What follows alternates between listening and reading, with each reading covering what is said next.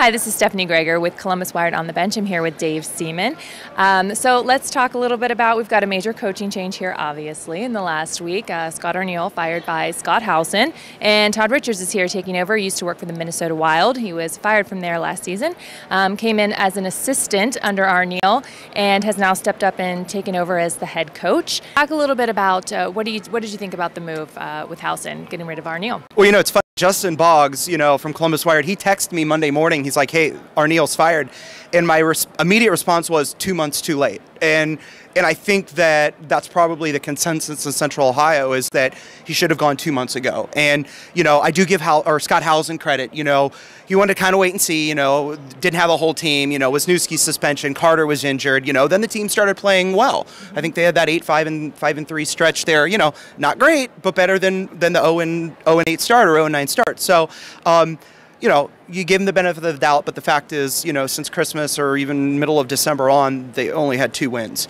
And, the bottom line is the team was regressing, not getting better like we talked about the last time. So right. I was not surprised. I was more surprised that it happened when it happened and not sooner. Yeah, I totally agree. I think everyone can appreciate Scott Howson's patience. I think that people like that about him, actually, that he does take his time and wait and give people opportunity to prove themselves and to change under, whoever's guidance it might be.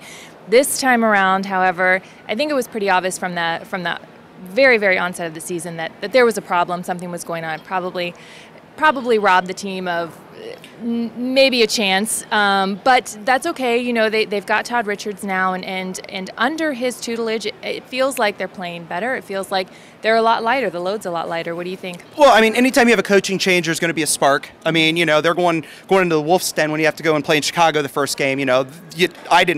I expected the result that happened. Then you have back-to-back home games, and the Blue Jackets played well Friday night against Phoenix. They were able to pick up a 1-goal win, and Saturday night against San Jose, probably one of the best teams. They are the hottest team in the league record-wise. Right. They really played well, and one fluke goal, and playing back-to-back nights. Like Coach Richards said, they got one last play in, and that was the difference of the game. But back-to-back, the Blue Jackets really are playing pretty good hockey. Yeah, they really are, and Curtis Sanford really has made the difference on this team so far. The last 2 nights, he was outstanding. Stood on his head in Saturday night's game. At the end, when they took that lead, Sanford was telling me in the locker room that he was trying to get a rebound that could go to the Blue Jackets so that they could clear it out, and unfortunately, Sharks got it. They saw that lucky rebound. It was juicy, and he just sunk it right in. Well, and there was nobody there. Nikita Nikitin was in front of the net, and he wasn't out of place per se. But you got a Patrick Marleau right there,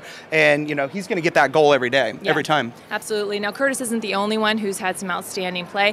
Derek Dorsett has been outstanding with Umberger and Carter gone. Obviously, Dorsett's wearing the A. He's been outstanding his play. What do you think? Well, you and I talking, it's like a broken record. Derek Dorsett, I call him the little engine that could. He works hard for everything that he gets, and he's probably one of the hardest working players. He's one of the most consistent players on this team, and Derek Dorsett's never going to be a 40-goal scorer, but he's the kind of guy who's going to give you that energy, and he's going to give you what you need to be a successful hockey club. He absolutely is. Derick Brassard, another guy that really stepped up after Todd Richards took over. Interesting question. People are curious as to whether or not he's preparing himself in order to get traded, or whether or not he's just picking up because he loves the team, he likes the coaching change. What are your thoughts? Oh, I think that Scott Arniel's, they brought Scott Arniel in. They let Ken Hitchcock go because he's not a coach that likes to play with young players. He doesn't like developing young players. You bring in Scott Arniel, and he made an example out of Mike Commodore, who's a veteran last year, a guy who should still be on this team, in my opinion. And we're still paying him, and will be for the next 4 years. But and he tried to do the same thing with Derick Brassard. There's nothing wrong with Derick Brassard, and he has proven, last year he had 34 points and played pretty well in a partial season. So, and this is a guy who, you start on the second line, you move to the third line, you're on the fourth line. Now he's rightfully where he belongs, on the top line, playing with Rick Nash and Vinny Prospal. And, he's showing that he can be a good player. Now, as far as is he trade bait or not, I don't see the Blue Jackets trading Derick Brassard. No, I don't either. Anybody else that you can think of on the team real quick that they might be looking to trade? Well, I think when it comes to trade deadline and you're a team that's, 29 points, you're going to be sellers. You're not going to be buyers. And, you have to look at your free agents, your potential free agents. And I can tell you two guys that will most likely be gone come February 27th, Sammy Paulson and Vinny Prospal. And they're the two guys that you're going to be able to get the most for me, especially Prospal. If he keeps playing the way he's playing, you're going to get you're going to probably get a second round draft pick or a third round draft pick.